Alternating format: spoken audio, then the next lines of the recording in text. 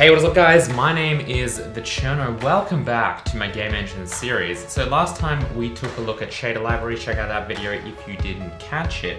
And today we're going to be talking about 2D rendering in Hazel, specifically planning a little bit about what that actually involves. Of course, it's important to start off with a plan no matter where you are in your kind of design process, no matter how experienced you think you are, no matter how easy this is going to be. It doesn't hurt to just make a little plan, even if it's tiny, to just actually make sure that you're not overlooking anything. And with plans on more kind of more involved tasks, let's just say, like something like this is actually quite a lot of work, because we're going to kind of plan this out today. I've got my little drawing instrument, if you will. It's just a drawing tablet. I've got all that for this video. We're just going to be kind of taking a look at everything and planning everything out on a little piece of paper, essentially. And as we're kind of putting together that plan, you'll realize that actually there's a lot of stuff to this, because there is. That's the thing.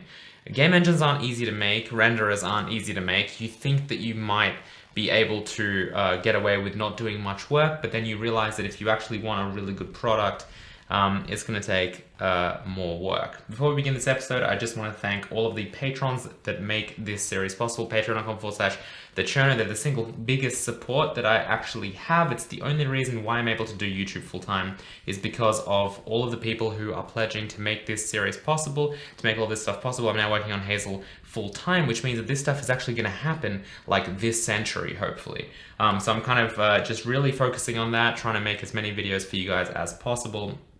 So thank you so much to all of the people who make this possible. Speaking of which, if you're not interested in 2D, if you'd rather kind of move on to 3D, I have a full 3D renderer in Hazel already ready to go, like physically based rendering, animation, all of that stuff, available in the Hazel dev branch, which is available to patrons who do help support this channel.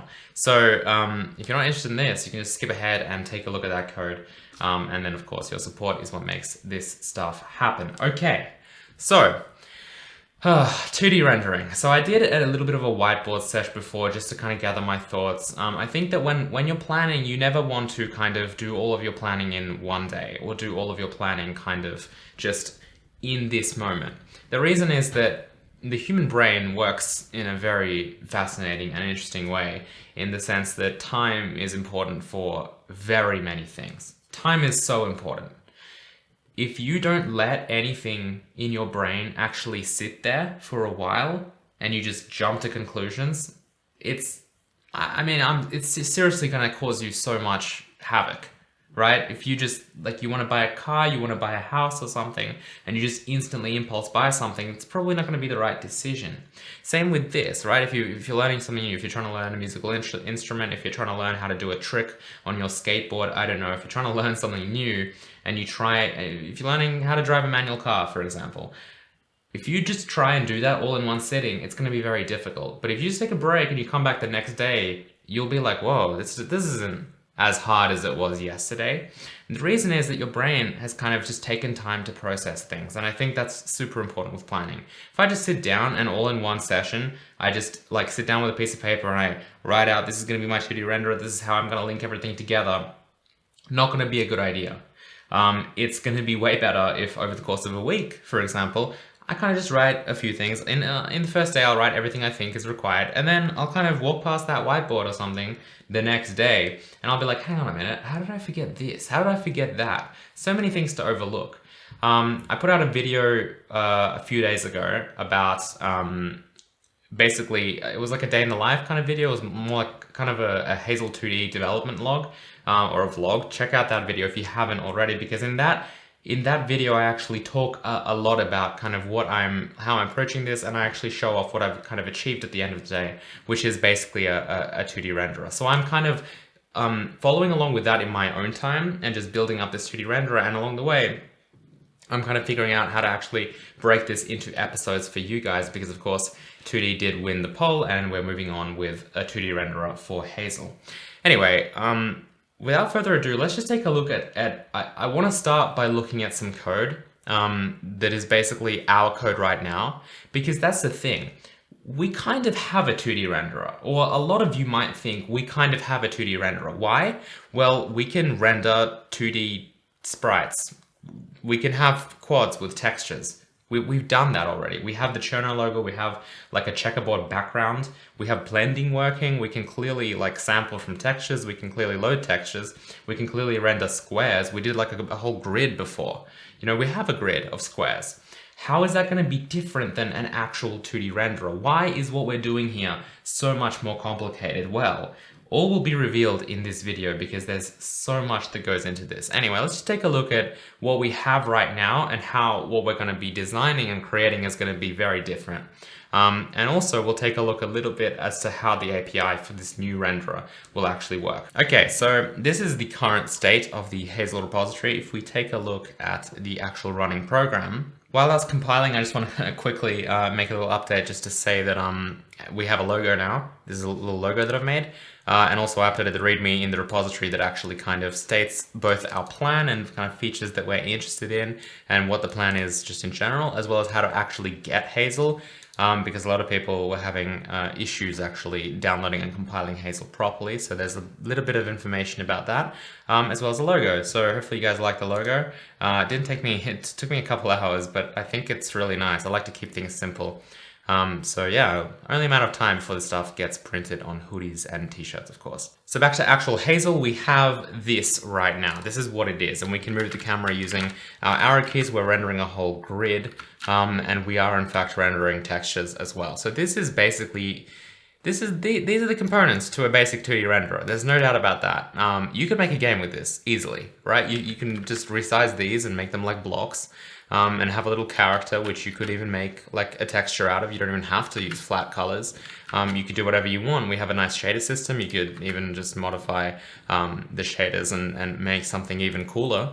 You have what you need, and obviously we have like the event system in Hazel, and just in general we have input events. You could easily basically make a complete game with what we have right now, maybe minus the audio. That's probably the biggest thing that's missing. Everything else would probably not be too difficult to add. So why is what we're designing, like why is that going to be different? Well, let's take a look at how it's going to be different. First of all, the way that we do everything right now is we submit it to the renderer. Now this is fine. If we look at our actual renderer submission, what we do is we begin a scene, which sets our view matrix, our view projection matrix. And then we submit data to it, which right now kind of sets the transform and sets the view projection as well, from what we submitted earlier. It binds the shader, binds the vertex array, and then actually draws that vertex array. And that's what we have right now for our renderer. Now, this is fine, but this is very 3D-esque, right? This is what you would do in a 3D renderer. Because, you know, submitting like a shader, submitting a vertex array, you know, setting up a view projection matrix, doing that kind of stuff, setting a transform. That's not traditionally stuff you would do in a 2D renderer because there's just no need for that.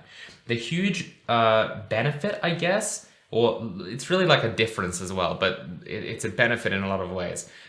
With 2D rendering specifically is that you don't have to worry about 3D models with masses of vertices, which could be very different from each other. You don't have to worry about different shaders or different materials and different material properties. Instead, everything is essentially a quad. Everything's a rectangle. Like, yes, you could render lines, circles, all of that different geometry, but usually all you render is a quad. I mean, even if you want a circle, a lot of the times, it's actually just easier to render a square and then have a texture, which is your circle, right? And then you can, of course, have some alpha, like transparency in that texture so that it makes like a circle shape and just discard the pixels that don't need to get rendered. That's just a better way of rendering. Like, there's very few cases in which I would actually be like, hey, I want to render a circle using like a triangle fan. Because that's too much geometry. Like, to get a perfect circle in a 2D renderer that's like not like jagged edges, you know, you'd need so many vertices. Why? Just render a texture. It's so much easier, and you can have that as smooth as you want, really, because you're dealing with a per pixel basis, which is really what 2D rendering is about. So this setup in general, not great, because we have all of this extra stuff here, and like materials and stuff in the future that will come to a 3D renderer. The stuff that we don't actually need for a 2D renderer. let's jump back and take a look at some more things. So the biggest thing here is that we just have one way of submitting render calls, and that is to this kind of renderer submit. Now the thing is, this is intended for 3D rendering, so we get a little bit of a different problem. How do we discern between what is 3D and the 3D API, and then what is kind of 2D and our renderer 2D API?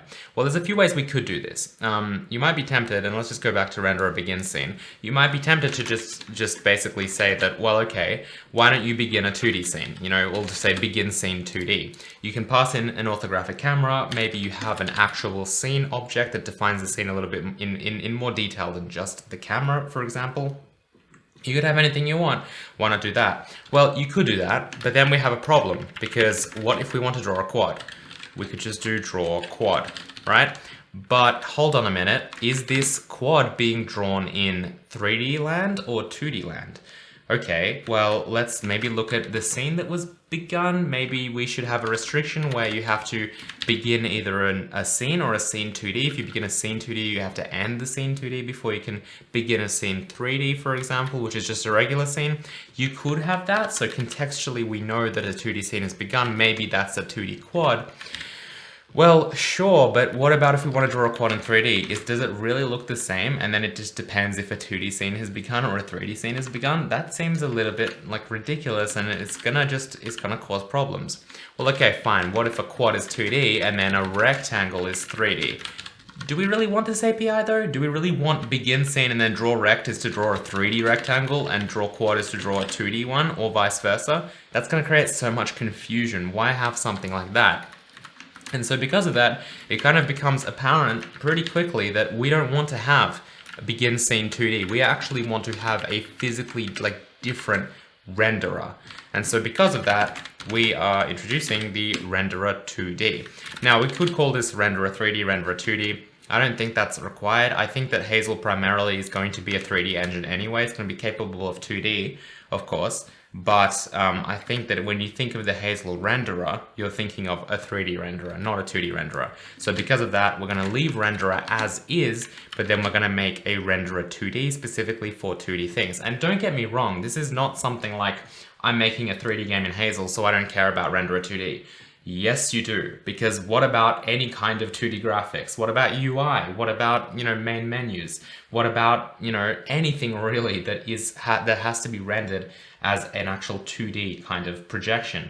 You have so many things in a 3D game that are still rendered as 2D. So this is very important. You'll definitely have this in your 3D game, which is why it's important to create this, because not only do I want Hazel to be able to create 2D and 3D games, but even if you're just doing 3D, you still need this. So then once we have our renderer 2D, we can then begin a scene, and this will probably take in like an orthographic camera, and then, maybe it'll take in a scene. If we have like a scene 2D kind of object, maybe that might just contain data that is required by a 2D scene. And then from there, of course, we'll do renderer 2D draw quad, and then that will actually create and draw a quad on the screen in a 2D context, of course, in regards to that camera or that scene or whatever is being used. Now, I don't want to really confuse you guys too much, so we'll still just pretend that we have a camera here.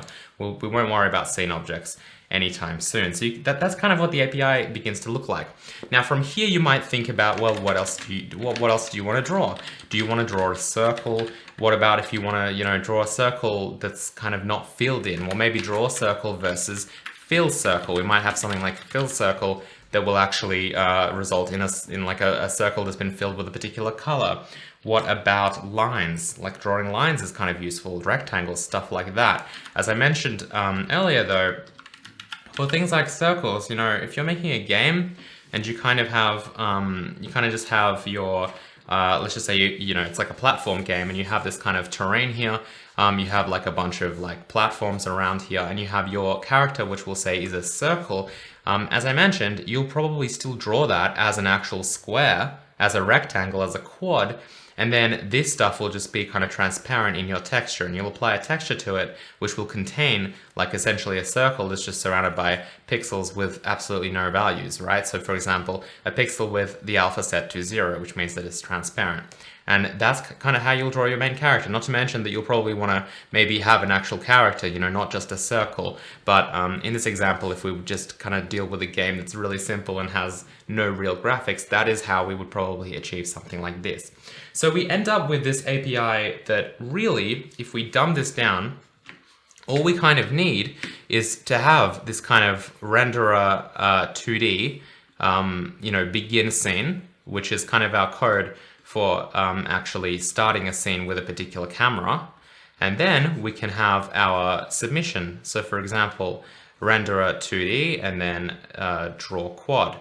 And then that is pretty much all we kind of need for the time being. Now this quad, what kind of parameters do we give it? Well, we need to give things like the position, we need to give things like the size, what about the color, or maybe instead of the color, it's got a texture. Stuff like that needs to actually go into draw quad, and that's pretty much all that we need. Of course, this is kind of in the traditional sense, thinking that like, this is not like some kind of special effect we're drawing, this is just, you know, something, we are just drawing some kind of primitive on the screen which has like a texture applied to it or a color applied to it, and that's kind of as simple as that really gets. So in other words, we'd be rendering with just our standard kind of 2D shader. Now we get to the problem here, and the problem isn't really, it's not really a problem. It might not be a problem depending on what you are building exactly, but basically what we might want to have is a lot of 2D images, a lot of 2D quads on the screen at one time. So how do we do that? Well, we do that via a process called batching. Now, I'm not talking about like, you know, a visual effects system or a particle system that has millions of particles and we have to like, you know, compute all that stuff on the GPU because that's the only way it's possible to render that many actual primitives on the screen. I'm not talking about that. I'm just talking about maybe you have like maybe you're kind of making a role-playing game, you know, and you have like this huge kind of tile map and you want to zoom out all the way and you want to be able to see all of these tiles at once. Maybe you see thousands upon thousands of tiles at once. What if you have a game, well, that's made up of that many tiles? Well, you know, how are you going to render all of them at once? Well, if we have 10,000 tiles that we want on the screen at one time because we've really like zoomed out, or just for whatever reason, we have 10,000 2D quads that we want to draw at once, if we try and do that using the method that we're doing right now, which is kind of just submitting it as like a draw call, that's not going to work.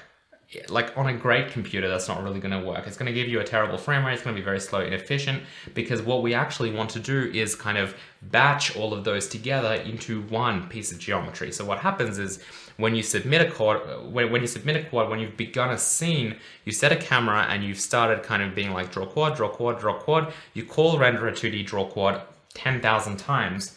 What actually needs to happen is all of the properties, all of the attributes that make that quad, so its position, its size, its texture, its color, all of that stuff, that basically, all that data goes in as vertex data into a big vertex buffer, a dynamic vertex buffer that you're updating every frame. So every time this happens, not every time you draw a quad, but every time every frame, you're updating that vertex buffer with the information that it needs.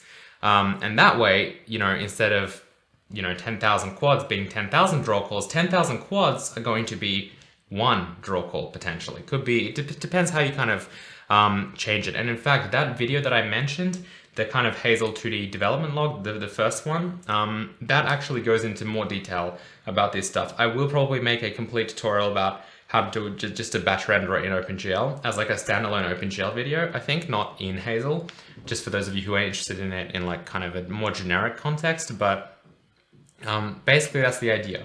So to batch together those things, we need to basically create a batch renderer, which is what we will do for this kind of renderer 2D. That's what it will be. It will just be a batch renderer. So our goal is going to be to kind of handle this render batching. I'll call this like, I'll just say batch renderer, and we'll kind of start listing all of our kind of features, I guess, that we want in our kind of 2D system and what this kind of 2D project in Hazel will actually begin to involve. So this batch renderer, let's set some goals here. So I want to draw maybe, let's just say 100,000 sprites. So I said 10,000 before. That's not that impressive, I think. 100,000 for a stress test should be able to happen at like 60 FPS.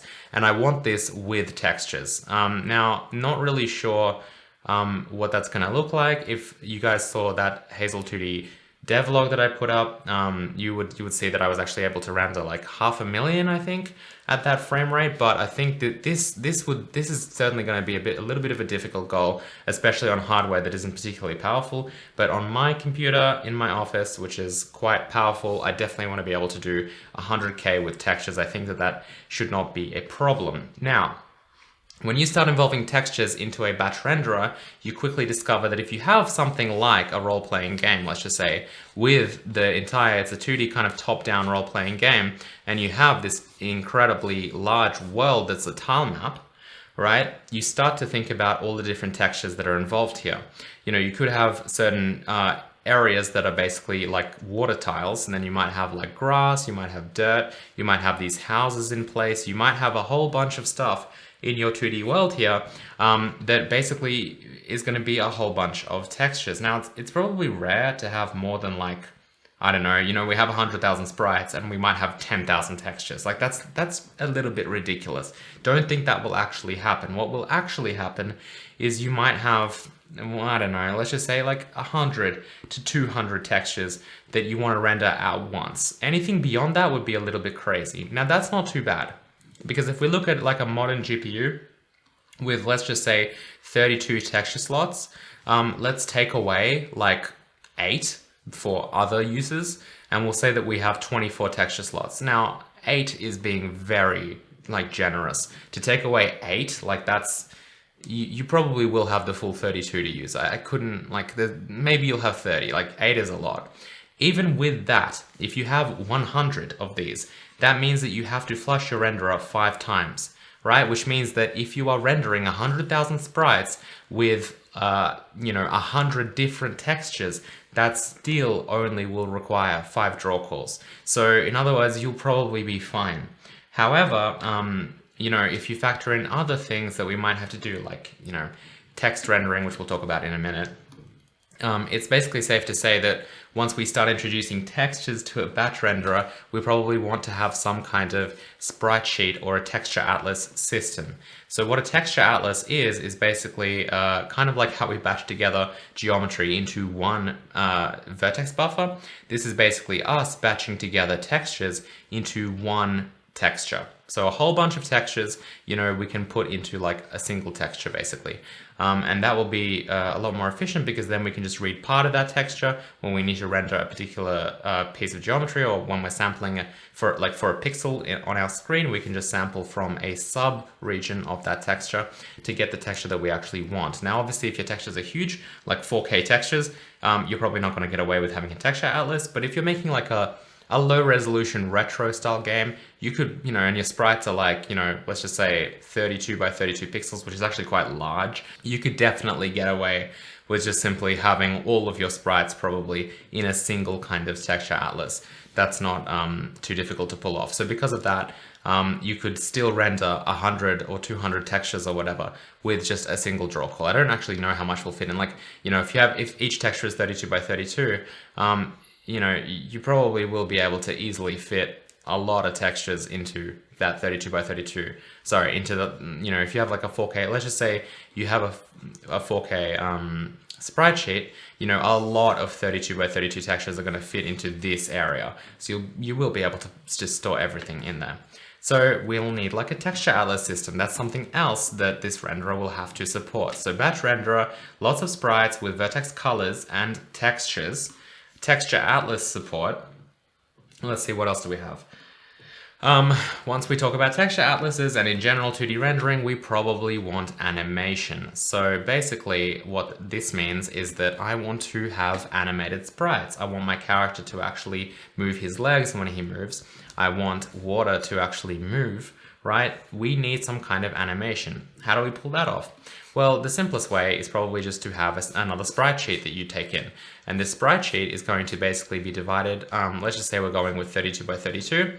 every frame is going to be a separate texture in that sprite sheet. And all we do is when it's time to render, we just have that texture ready to go. That's like our player kind of sheet, our player sprite sheet, our player texture atlas. We have that ready to go. We upload that, we just bind that texture on our GPU, and then we can basically select which frame it's time to render, and that's it. But all of the frames are in one texture, easily done. Now, what if you have, you know, we're assuming this is low res, but why? 2D rendering doesn't have to be low resolution. What if that player is quite big? What if our player textures are 2K or, you know, 1000 pixels by 1000 pixels if it's 1024? How are we going to do that? Well, you know, you can't really have all of that in a sprite sheet. So instead, what we'll probably need is some kind of custom format that basically encodes frames together, kind of like what like a video codec would do, where you kind of have your keyframe, and then the next frame is basically a bunch of deltas. So all the pixels that have changed, that's what you record, and then when it's time to actually decide what frame number 1 looks like, so if this is frame 0, what frame number 1 looks like, you basically have to go to your nearest keyframe that is back in time, so frame 0 we'll say, and then apply this delta to that frame, and that's how you figure out what this actual frame will look like. So this requires quite a lot of work, and you might want to compress that data and do all of that with it, very similar to a video codec. I actually wrote a system like this for EA a few years ago. Something like that would probably be required, right? And you can of course apply that to 32 by 32 pixel sprites. So in that sense, instead of ending up with one texture with one sprite sheet, you basically just, when it's time to render, you look up what frame you're up to, you decode those pixels, and then you update that texture that is your player texture with that actual frame data. So that is also, that might be required. That's another thing that you have to consider for a 2D renderer. Now we're running out of space here, let's move over here. So next step. We've got animation, we can render stuff, it's looking pretty good, but what about UI? I mentioned that UI is really, really important. It's a really important component of 2D rendering, right? And in fact, that's probably where you'll see 2D rendering in 3D games the most. So what about UI? Well, for that, we basically need a layout system. Now, a layout system has to be quite, is actually quite complex, because if you look at a screen, you might have all of these different UI elements on the screen. Like for example, we might have like player's high score up here. We might have like, you know, the inventory that the player is actually carrying over here. Let's just say, you know, we might have different inventory screens that pop up. We might have like a little pause menu that pops up. This pause menu has to be centered vertically and horizontally. What about this? What happens when we resize the window? If we make it smaller or larger, this has to be kind of, I guess, anchored to the top and the right edges of our actual screen. But then I also want to maintain a certain padding distance. You know, what if we want to render text, but we want it to be right aligned, or we want it to be center aligned? How do we do all of these things? Well, we need a good layout system. What if our game's not resizable, but we want to support a variety of different resolutions? You know, what if someone's rendering 4K to 16:9 versus like a 4:3 monitor, for example? What if this has mobile support and we're on a phone where, you know, our resolution might be something like 918? It might be in portrait mode. You know, we might have 9:19. You know, the whole bunch of different phones out there right now, and we might have to support all of this stuff for different kind of layouts for this stuff. Another great example is an ultra-wide monitor. You know, we might be like 21:9. We need to still be able to render the game at that resolution, and we want to have our high score anchored to the right and our menu appear in the center and all of that stuff. Speaking of which, you know, what about text rendering? How do we render the word pause on the screen? Well, we need to somehow load a font using probably something like FreeType. We need to be able to put all of the characters that get used as they get used dynamically into a sprite sheet, so that we can kind of figure out what the best way to actually pack those rectangles is as well, because different letters, of course, take different shapes, and we want to basically, instead of just packing them kind of one by one, we want to optimally kind of try and save on space, save on texture space, because there might be potentially a lot of stuff that we render. So we need some kind of rectangle packing algorithm as well. End up with a lot of stuff here. And in fact, this stuff, having worked on a mobile engine for EA before, this is probably the largest system besides like the actual like 3D renderer, to be honest. This is huge. Not to mention having dedicated tools for the artists to actually be able to create these layouts, basically having something like After Effects that we actually made, so that you can, animate things using keyframes and have all of these layouts and main menus, all of that stuff so that artists can actually create what they need to create. This is a huge system, and it's definitely necessary to have, at least to a certain extent, in the Hazel 2D renderer. Okay, what's next? We've got a pretty good looking scene, but we can probably do better. What about post effects? Now, post effects and all that kind of stuff you might think is more of like a 3D thing. And I mean, it is to an extent, but like there's no reason to not have that stuff in 2D, especially if we're going for good looking 2D graphics, right? So let's just say we have an explosion. There's no reason for that explosion to not be so bright that it actually creates bloom. And in fact, speaking of explosions, we probably also want to have some kind of particle system. And again, this doesn't necessarily have to exist for 3D. What about for 2D? What if we want to have a 2D explosion? We could encode it as a video, I guess, but it'd be cool to have it kind of dynamic and randomized at actual runtime. So that requires some kind of visual effects or like a particle system. To have that bloom, we also need to think about HDR so that we have a proper HDR pipeline, and then we can add bloom using post effects. Other post effects, what if we have our pause menu being brought up like this, or an inventory screen?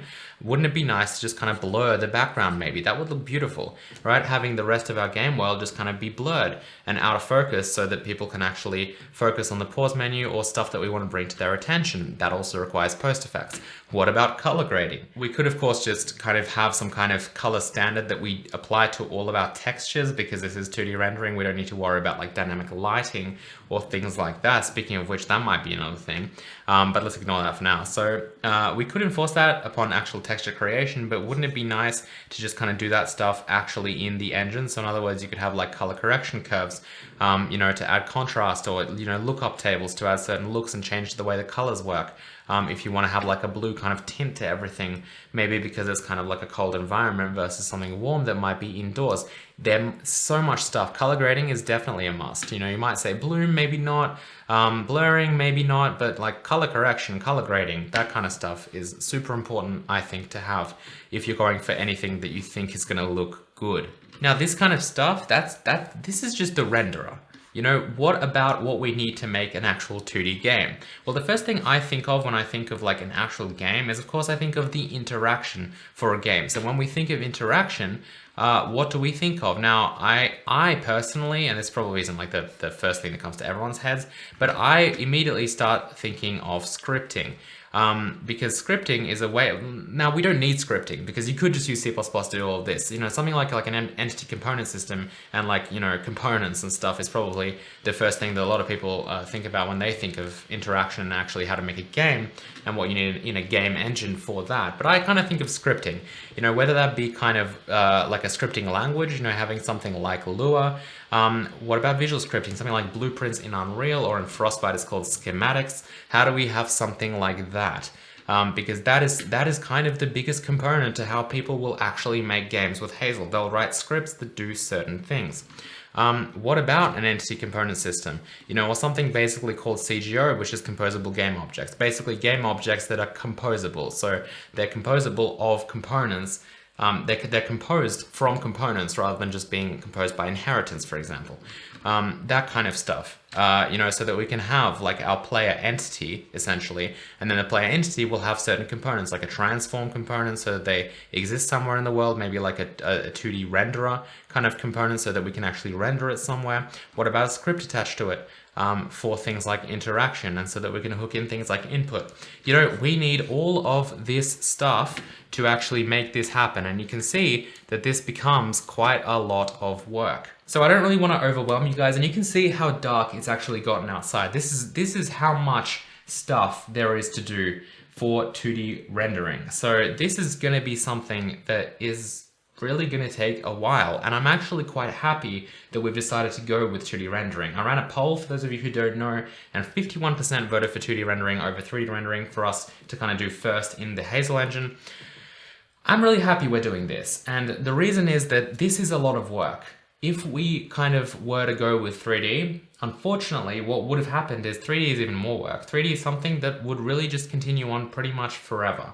And the sad thing is that unless we decided to, that's it, I'm taking a break from 3D, this stuff would never get done. ever. But even though this might look daunting, and even though at the end of this, I want to basically be able to make games in Hazel, Tetris, Space Invaders, Asteroids, all those classic arcade games, as well as like a role-playing game or something a little bit new, like platformers with really nice graphics and like post-processing effects, something that looks really nice. I want to have that stuff done by the end of this, and that's really cool because this is actually achievable. It might take like a year. I don't know, I haven't split this up into episodes yet. It's going to be a long journey, but it's going to be really cool and it's going to teach you guys a lot. And sort of that's the reason why it's great that we're doing this stuff now, because I feel like if we didn't do this stuff now, we would never get around to it with how complex 3D is and how long that would take. Now, I know that this stuff is not going to be interesting for everyone, and it kind of sucks, but that's kind of the nature of this series. This is the game engine series. We're building a game engine. Yes, it's going to be a 3D game engine, but it's also going to support 2D rendering, of course. And because of that, it really is hard to tailor my content to everyone, but there is still hope for no matter what you're interested in, because we have this kind of game engine series. That's what's going to happen with all of this stuff. That's going to be 2D rendering right now in Hazel, and this is where we're actually going to be breaking this stuff down. I'm going to be teaching it, not just writing the code. And this is kind of, I guess, the learning process, but also, just like that vlog I made, I will still continue to make Hazel 2D logs, right? So like development vlogs, essentially. And these, that's a huge circle. And those are going to be kind of more of like an overview of as I add all of these things, because I'm going to do this stuff personally in my own private code first, so that I know, of course, what to write in the game engine series and what stuff to actually teach. So that's going to be visible to you guys in the form of hopefully nice, entertaining vlogs. And I'll just show off cool stuff. Basically, it'll be like a showcase. So for those of you who are interested in this stuff, but you don't want to wait like, week to week, like a whole year for all of this stuff to actually be taught and implemented, you can get the kind of overview and see where this is going in these kind of things. And that will kind of be primarily 2D. But then I'll also have all of the Hazel 3D kind of vlogs. And I did one of them a while ago. Basically, we had, I was like fixing animation or something, and I'll link that video in the top right corner as well for those of you interested who haven't seen it. But this is going to be us developing 3D stuff. I'm really passionate about 3D. Right? I'm not gonna, if you think that I'm gonna give this up and I'm just for the next year or whatever, I'm just gonna focus on 2D in my personal life, that's not happening. Because I literally got into programming. The reason I started learning code is because I wanted to render 3D stuff myself. I was always kind of an artist. I loved creating things, but instead of kind of using, programs like 3D Max, Maya, Blender, that kind of stuff, I wanted to render stuff by myself. That's why I got into programming in the first place. I really want to build a beautiful 3D scene. I'm going to do that. I'm going to make Hazel 3D look absolutely amazing. I mean, it's already a pretty functional 3D renderer, but I'm going to just add so much more to that, probably expand the APIs that it supports to support like Vulkan, DirectX 12, stuff like that, specifically because I want to do ray tracing, not because, real-time ray tracing using like, DirectX ray tracing and that kind of stuff. Just because I want to push that graphics fidelity. If it wasn't for that, I probably would have stick to OpenGL, because you can still kind of do pretty much everything you need to do in OpenGL, maybe a little bit slower. But anyway, the point is I want to push that. I'm going to make a whole 3D scene, and I'm going to still kind of show you guys that stuff in the form of these kind of devlogs of Hazel 3D. This content is going to be available for everyone. So no matter what you're kind of interested in, there'll be stuff for you. And in fact, I really want to bring back that OpenGL series as well, and actually start showing you guys how to implement, like, how to open 3D models, for example, and render 3D models on the screen in OpenGL in basically one video from start to finish. Maybe starting with like a base library, but essentially stuff like that. So there will be 3D actual education content on this channel as well. Not to mention the Hazel 3D stuff, and all of that source code is always going to be available for patrons at any time. So it will be available to you guys, don't worry. Even though we're picking 2D here and we're going to focus on the hardcore, like in-depth 2D education, as far as like the education side of this goes, and teaching you how to do everything and why I'm doing it this way and why it works and how it works, all of that stuff is going to be focused on 2D. There's still going to be plenty of content for both 2D and 3D in the form of like a different format essentially on this channel. So anyway, That's the plan. That's where we're heading. Hope you guys enjoyed this video. If you did, please hit that like button. Please help support me and everything I'm doing by going to patreon.com/thecherno. Huge thank you to everyone who makes this stuff possible. I'm really excited for the future. I'm really excited for what we're gonna make here. Yeah. I'll see you guys in the next video. Goodbye.